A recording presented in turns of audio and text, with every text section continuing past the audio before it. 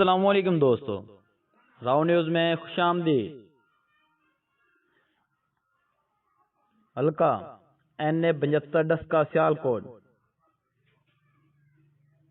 का इलेक्शन, जिसमें हैरत अंगेज बात यह है कि TLP तहरीके लब्बैक पाकिस्तान के उम्मीदवार चौधरी खलील सिंधु उनको एक वोट भी नहीं मिला। सोचने की बात है।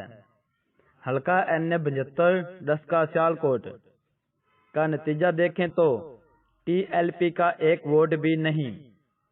आपके सामने NA 75 का रिजल्ट रखते हैं, जो इलेक्शन कमीशन ने अपनी ऑफिशियल वेबसाइट पर लगाया हुआ है। इसमें TLP का खाना ही खाली है, यानी पाकिस्तान तहरीके लब्बैक को एक वोट भी नहीं मिला।